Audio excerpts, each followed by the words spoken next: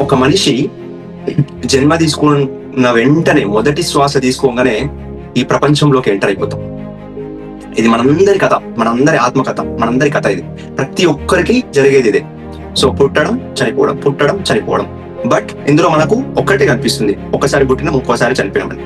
ఎప్పుడైతే మనం కేవలం ఈ జీవితం ఒక చిన్నది, లేదా జీవితం ఒక్కటే చాలా పెద్దది, ఇంకేమీ లేదు అనుకున్నప్పుడు ఈ విధంగా కనిపిస్తుంది.